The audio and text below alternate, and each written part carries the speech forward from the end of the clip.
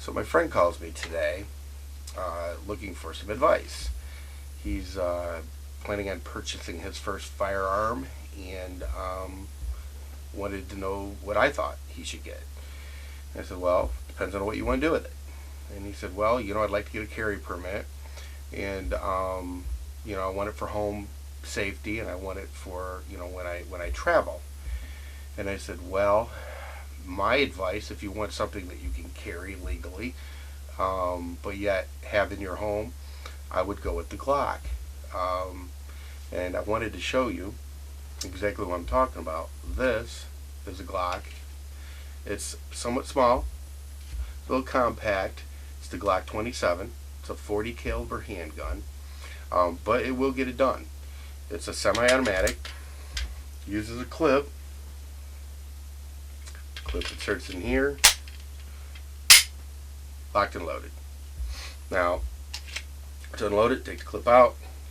Keep your finger off the trigger. Slide it back, and the bullet pops out. This is an all-around great gun. It's small. It's compact. It's very accurate, and the 40 caliber round is an exceptionally good round for defending yourself. It has excellent stopping power, but yet it doesn't kick like a 45. This would be my recommendation for most people. It takes a little getting used to. The safety is actually in the trigger. Okay, it's always going to be double action, which means there's always going to be a long trigger pull.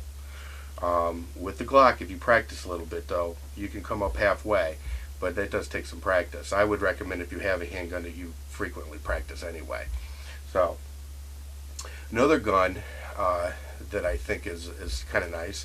It's not one that I would carry, but it is one of my favorite shooters. It's very accurate, and that is the Smith & Wesson 686 L-frame revolver. Now, this particular gun has a red ramp front sight and adjustable rear sights, and stainless, which is kind of nice for the cleaning. And I just really have always liked the revolver. The 357 Magnum is an excellent gun to have if you want to shoot a lot, because you can also shoot 38 caliber shells out of it, which is tremendously cheaper. Once you get into shooting, if you don't want to reload your own ammunition, I suggest you find somebody that does, because it can get kind of expensive with the big bore handguns. Smith & Wesson makes an excellent revolver. By far my favorite. By far. Now, I've had this worked on. I've had the trigger job. About $100. You could practically blow on this trigger and it's going to go off. But I've been shooting for many years, so I feel safe. Now, this gun, by the way, is it's a little big to carry. When you talk about a carry gun, you want something that you can kind of conceal. You don't necessarily want to advertise the fact that you're packing. So that's why I kind of recommend a Glock over this. But nonetheless, this is a fabulous gun.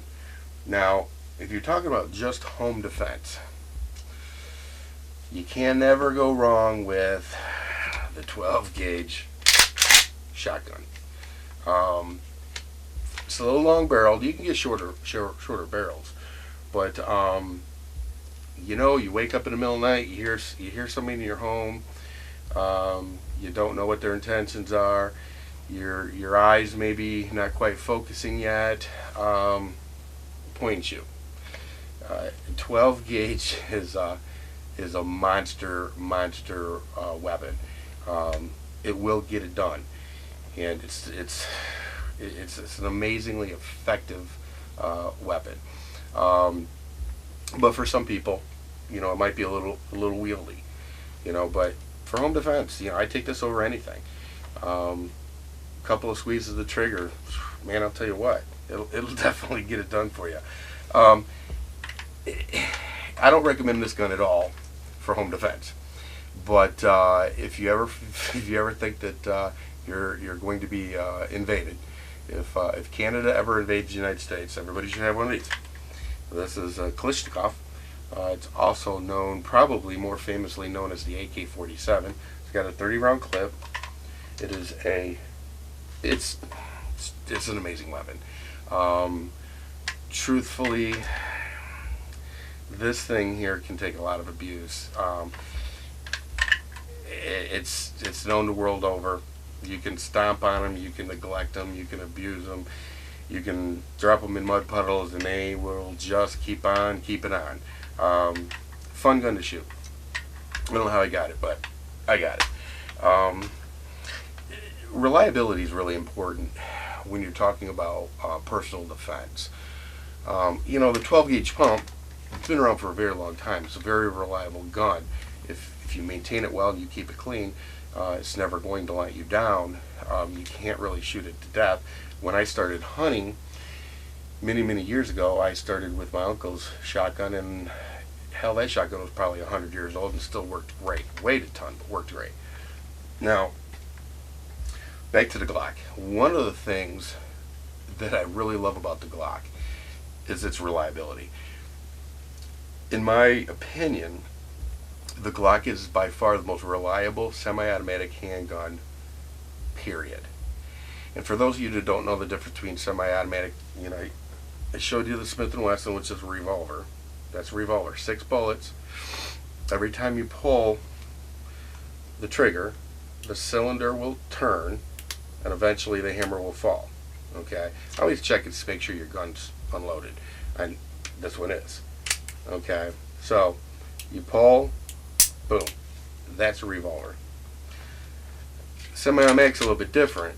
It's gas fed, much like the AK-47 in fact. It uses the gas from the spent round to chamber the next round. It's not like a machine gun. It's one bullet for every pull. Problem with the semi-automatic though, a lot of people will go out and they will buy cheap semi-automatics. Well, problem with the cheap semi-automatic is they jam a lot. And nothing spells disaster like a jammed gun when you really need it. The Glock will never jam. No, you can never say never, but it's amazing. You can, much like the AK-47, you can abuse it, you can not clean it, you can shoot crappy ammo in it, and it will continuously fire without any problems. At least that's been my experience. I've owned 2 Glocks. I've owned the Glock 17, which is a 9mm, and this one here is the 40 caliber. And I've never had one jam. I cannot say that about other guns. I won't name any other brands. I'm just going to endorse the ones that I really like. But this is pretty, and it's also very easy to tear down. Maybe I'll do a video on stripping the Glock and actually cleaning it.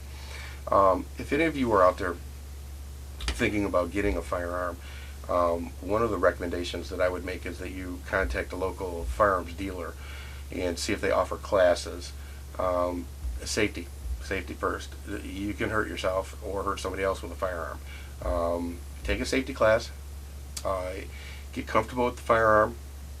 Some stores will have a range that you can actually try out. They'll have different models that you can actually try out and see what you're comfortable with. Just because I like the Glock doesn't mean you will. I think it's an amazing gun. I got a buddy who's got a Colt 1911 45, and he thinks that's the bomb. So it's a personal thing. But I would say take some classes. Decide what you want to do with it. The nice thing about the 12 gauge is not only can you defend yourself, but you can actually go out and get dinner. This gun here has brought home many a rabbit, pheasant, and squirrel, all of which are good eating. The AK-47 not really good for much but fun. It is a fun gun to shoot. But the 12 gauge shotgun's a dual purpose. I think 12 gauge shotgun's awesome, but you're not exactly going to carry it with you.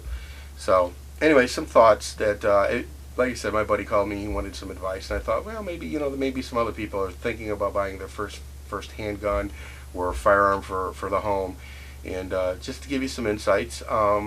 If I get some good feedback, maybe I'll make some more firearms videos. Maybe take you out to the range and show you how to shoot them. Anyway, have a good one.